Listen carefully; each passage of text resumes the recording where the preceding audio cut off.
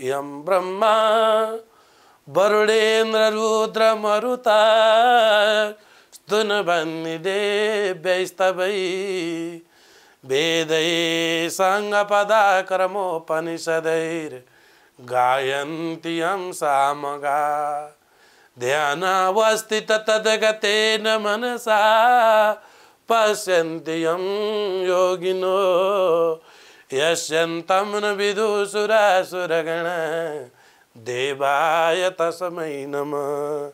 श्रीमत्चन्दन चर्चितोज्जलवपो शुक्लाम्बरा मल्लिका मालालङ्कृतकुण्डला प्रविलसन् मुक्तावली शोभिता सर्वज्ञाननिदान पुस्तकधरा रुद्राक्षमालाकरा वाग्देवी वदनाम्बुजे वसतु मे त्रैलोक्यमाता चिरम्। मुखं करोति वाचालं पङ्गुं लङ्घयति गिरिं यत्कृपातमं वन्दे परमानन्दमाधवम्। नमो भगवते तस्मै व्यासाय मिततेजसे यस्य प्रसादात् पक्ष्यामि महादेव कथामिमां। नारायणं नमस्कृत्य नरं चैव नरोत्तमं देवीं सरस्वतीं व्यासं ततो जयमुदीरयत्।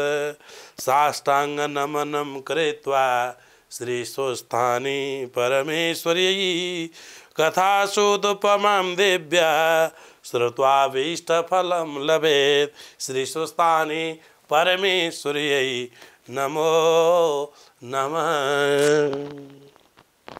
अब हामी 27 अध्यायका कथामा प्रवेश गरेका छौँ। श्री स्वस्थानी माताको सबैभन्दा पहिला मङ्गलाचरण गरौँ। अब हामी कथामा प्रवेश गरौँ। 27औं अध्याय। कुमारी आके गर्नुहुन्छ।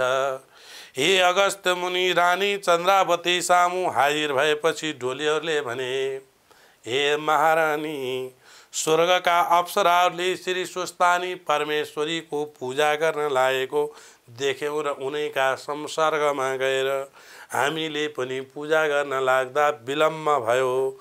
हामीलाई क्षमा गरी बक्स्यो। तपाईहरुलाई पनि हजुरलाई पनि श्री स्वस्थानी परमेश्वरीको प्रसाद ल्याइदिएका छौँ, लिनुहोस्। यति पनि श्री स्वस्थानी परमेश्वरीको प्रसाद रानी समक्ष टक्र्याए।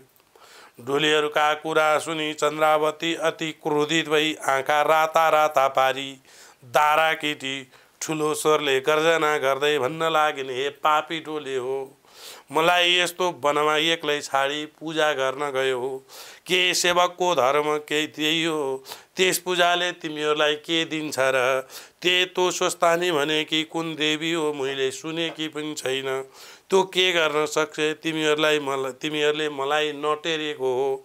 वनमा भए नत्र तिमीहरूलाई मारिहाल्ने थिए। यति भनी ढोलीहरूका हातबाट श्री स्वस्थानी परमेश्वरीको प्रसाद खोसेर थुक्दै भुइँमा कुल्चेर घोडाले कुल्चेर मिल्काइदिन्छन्।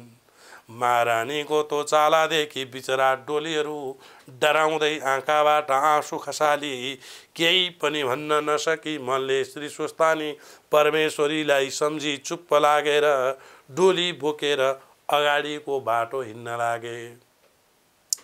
लावण्य देशका नजिकमा साली नाम गरेकी एक नदी बग्थिन्। जब तिनीहरू त्यहाँ पुगी आधा नदी पार गर्दै थिए तब अकस्मात चाँदनी टाँगेको जस्तो मेघ उठी मुसलधारे पानी वर्षा हुन लाग्यो। फेरि ठुलो बतास आयो र ठुलो पुल पनि भाँचिएर चन्द्रावती र ढोलीहरू समेत साली नदीमा खसे। ढोलीहरू श्री स्वस्थानी परमेश्वरी व्रतका प्रभावले पंक्षी रूप भई कैलाशमा गई शिवलोकमा आनन्दले रहे। चन्द्रावती भने त्यो नदीको जलभित्र डुबिरहन्, तर उनको प्राण चाहिँ गएन। चन्द्रावती जुन दिन साली नदीमा खसिन् त्यस दिनदेखि साली नदी बग्न छोडिन्। त्यो देखि माझीहरूले भन्न लागे यो के आश्चर्य भयो, यस नदीमा ग्रह अथवा नाग अथवा राज्यमा केही उत्पात हुन आँट्यो कि? यो कुरा राजालाई बिन्ती गरौँ भनी नवराज राजा छेउ गएर बिन्ती गर्न लागे। हे महाराज, साली नदी बहन छाडिन्, यस्तो के भयो? हामीले सुनेका पनि थिएनौँ, देखेका पनि थिएनौँ, आज आफ्नै आँखाले देख्यौँ। यो के आश्चर्य भयो? हजुरले विचार गरी बक्सनु होस्। माझीहरूका कुरा सुनि नवराज राजाले मन्त्रीहरूलाई बोलाएर माझीहरूले भनेको वृत्तान्त सुनाए। राजाले माझीहरूलाई हुकुम दिए, साली नदीका तीरमा गएर कुनै जन्तु छ कि जाल हानी हेर। माझीहरूले राजाको आज्ञाअनुसार जाल हानी हेर्दा एकजना अर्धमृत स्त्री जाति जलमा अल्झी। ती स्त्री चन्द्रावती नाम गरेकी थिइन्। ती कस्ती थिइन् भने शरीरमा कुष्ठरोग भएकी, हात पाउ खसेर होस बिहोस नभएकी, हिलाले छेपिएकी, मुढो जस्तो ढलेकी।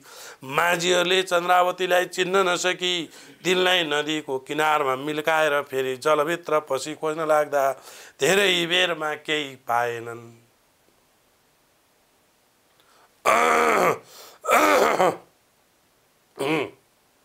त्यसपछि राजासँग बिन्ती गरे, हे महाराज, हामीले त केही पाउन सकेनौँ। तब नवराजले आफै गएर स्तुति गर्दै भन्न लागे, हे गङ्गे, तपाईँ किन थिर हुनुभयो? मैले जान्न सकिनँ, मदेखि प्रसन्न हुनुहोस्। यति पनि हातमा अर्घ दिई पारो नवरत्न समेतको हाली गाईको दुधले अर्घ दिए।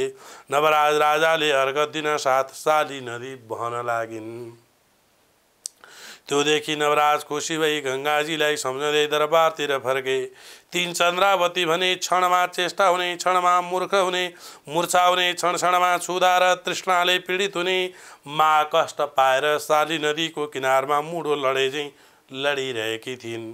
एक दिन साह्रै भोक लाग्यो र खानेकुरा केही नपाउँदा खप्न नसकी माटो खाउँ भनी माटो हातमा लिँदा त्यो माटो पत्थर भइगयो। पत्थर पनि खाउँ भन्दा हाड भयो, हाड पनि खाउँ भन्दा खरानी भयो, त्यो खरानी भए पनि खाउँ भन्दा ठुलो बतास आई उडाएर लगिदियो। चन्द्रावतीले मनमा धिक्कार मान्दै मूर्छा परिन्। जब जब चन्द्रावती भोकले गर्दा माटो खान लाग्थिन्, त्यही बेला त्यो माटो कर्मशः पत्थर, हाड र खरानी हुन्थ्यो, उनले खान पाउँथिनन्। एक दिन राजा नवराजले आफ्नो राज्यमा भएका सम्पूर्ण ब्राह्मणहरूलाई बोलाएर पूजा गरी श्रद्धापूर्वक दक्षिणा दिई भोजन गराउने विचारले निमन्त्रणा समेत पठाएका थिए। अग्निपुरका कपिल नाम गरेका ब्राह्मण दुई भाइ पनि राजाका ब्राह्मण भोजमा जान भनी त्यतैबाट आउँदा साली नदीको छेउबाट चन्द्रावतीलाई देखेर सोधिन्, तपाईहरु कहाँ जानुहुन्छ अनि कहाँबाट आउनुभयो? चन्द्रावतीले त्यस्तो भनेपछि ब्राह्मणहरूले उत्तर दिए, हामी कपिल नाम गरेका ब्राह्मण हौँ। लावण्य देशका राजा नवराजले ब्राह्मणको भोजनको निमन्त्रणा गरेकाले सोही भोजनमा लागिरहेका छौँ।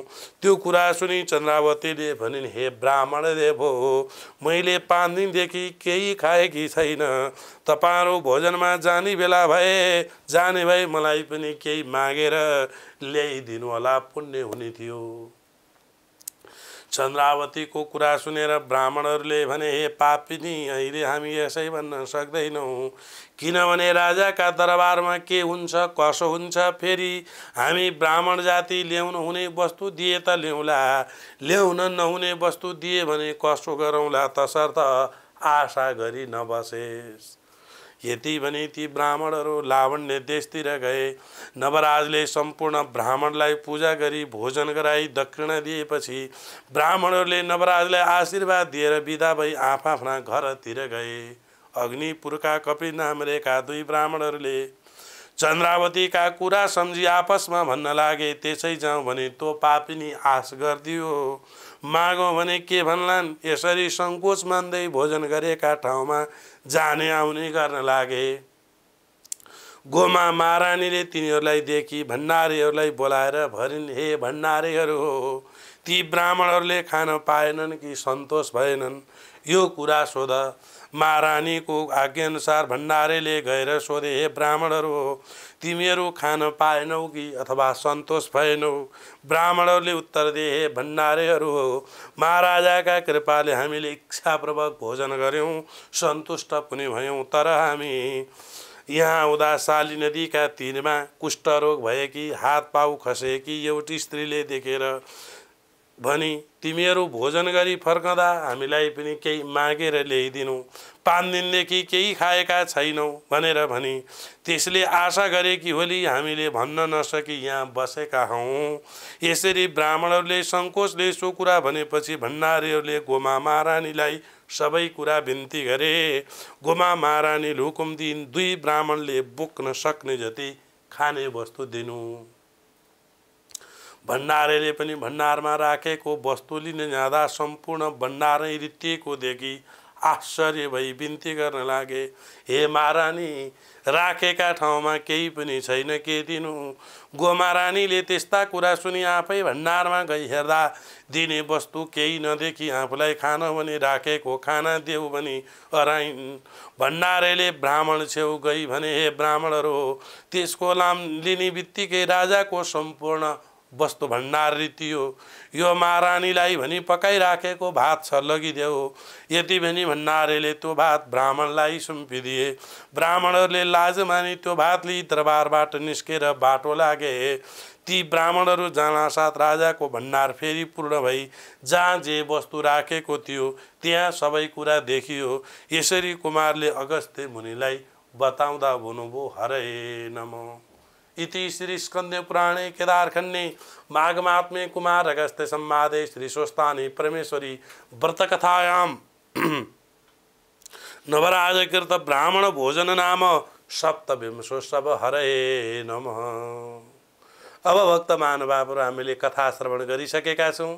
आत्मा फुल्लिएर अब अन्तिम स्तोत्र हामीले श्रवण गर्नु छ। जय होस्, नमस्कार।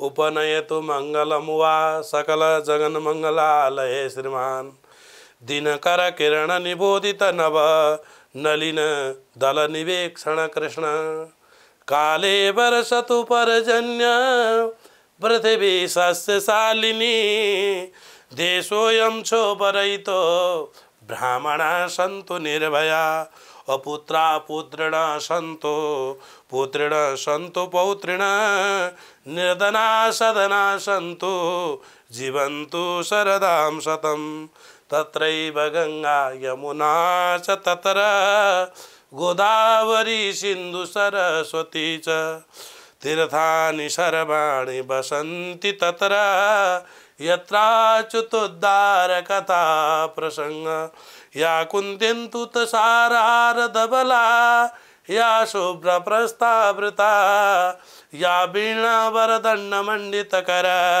या श्वेत पद्मासना या ब्रह्माच्युत शंकर प्रभृतिभिर् देवैः सदा वंदिता सामं पात सरस्वती भगवती निशेषजाड्यपा कायेन वाचा मनसेन्द्रियर्वा बुद्ध्यात्मना वा प्रकृति स्वभावात् करोमि यत् यत् सकलं परस्मै नारायणायेति समर्पयेतत् नारायणायेति समर्पयेतत्। श्री स्वस्तानी परमेश्वर्यै नमो नमः। ल सबैजनाले स्वस्तानी मातामा त्यो फूल चन्दन अक्षता अर्पण गरेर पुस्तकको दण्डवत प्रणाम गरौँ।